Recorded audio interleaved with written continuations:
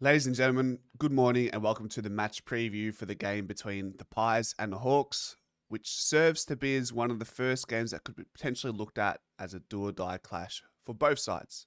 It's time to talk all things black and white.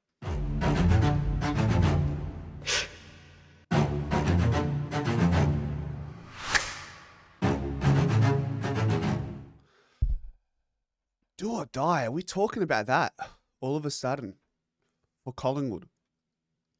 It's unusual given how great we've been this year.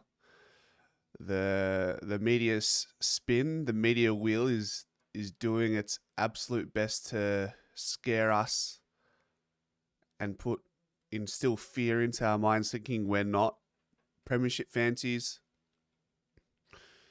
Do I subscribe to that? Absolutely not. I think if we look at it rationally, we're down some crucial players that set us up. Jeremy Howe, Billy Frampton, Bo McCreary, Geordie's finding his feet. Bobby was the sub. So there's 5 players there who didn't really have an opportunity to fully impact the game. 3 of them having 0 impact because they didn't play, and 2 of them having limited impact because they were either subbed or subbed off. So it's not all doom and gloom for me just yet. And this game against Hawthorn, we're not going to talk much about Hawthorn in this match preview. This is more about us than anything. If we can address some key issues regarding structure. So let's start with structure. Let's start with players like Darcy Moore coming off his player to help the players like Charlie Dean. You saw that multiple times against Brisbane.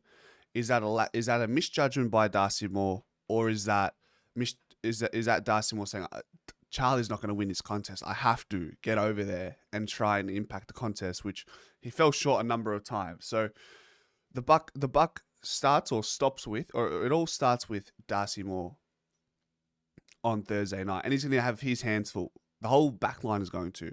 If Hawthorn persists with that 4 key tall forward line, that's on us to figure it out. But as I said, I'm not so worried about them. They have their own issues. They are in their own little predicament with where they're at and whether they'll make finals or not. Like, look at this. So we did a predicted 23 yesterday, which you guys have probably seen.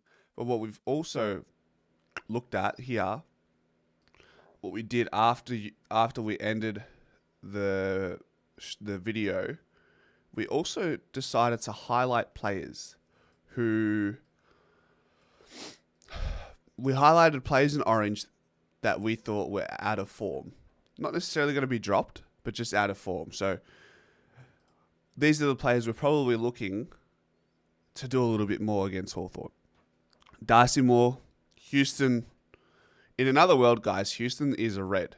After that game, Houston is a dead set red.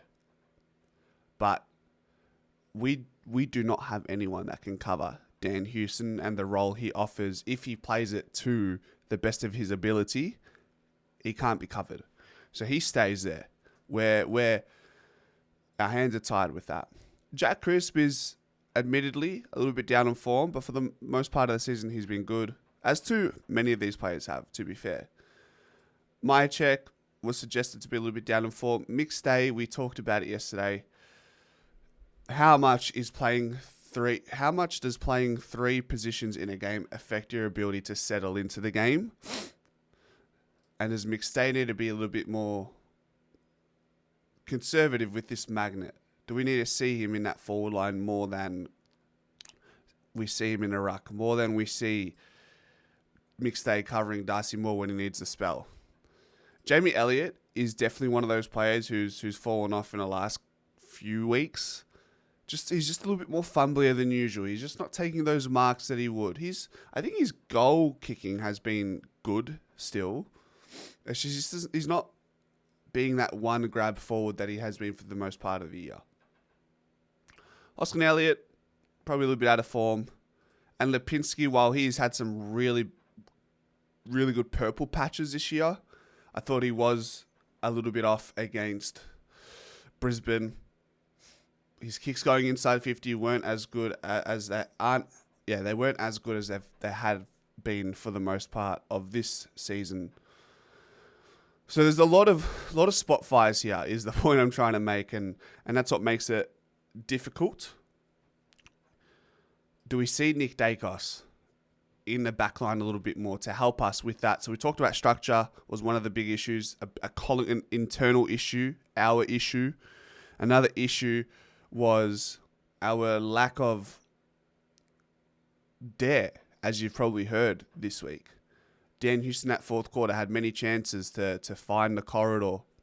Didn't happen. He went long.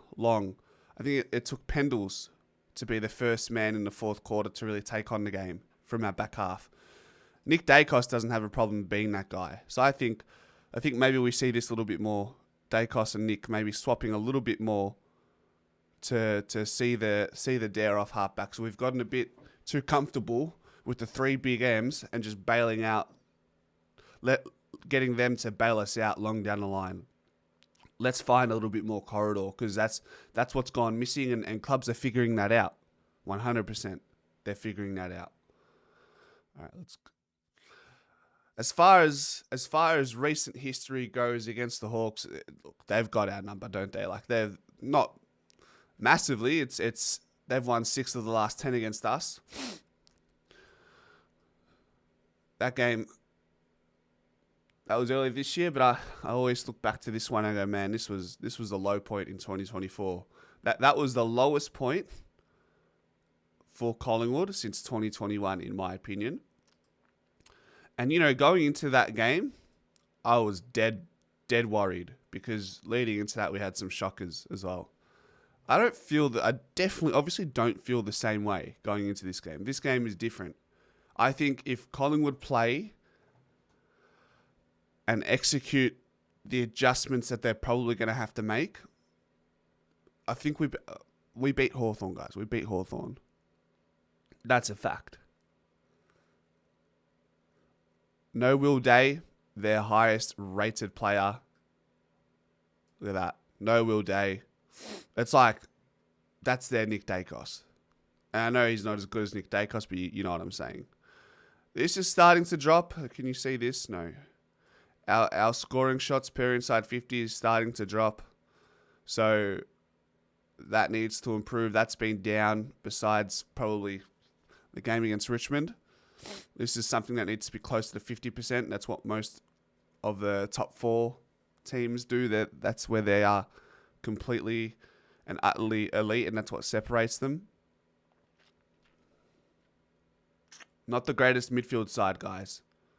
So it's time, I think, with these numbers, knowing that, okay, not the best midfield, it kind of works in our favour. Tom Mitchell, come on, son. This is your time, brother. Your time.